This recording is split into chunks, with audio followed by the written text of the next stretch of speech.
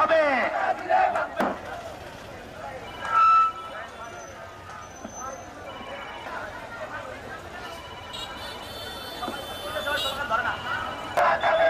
Police দিয়ে আন্দোলন বাধা দিলে করে কি ফেলে গেছে, আমাদেরকে আটকে রাখা যাবে?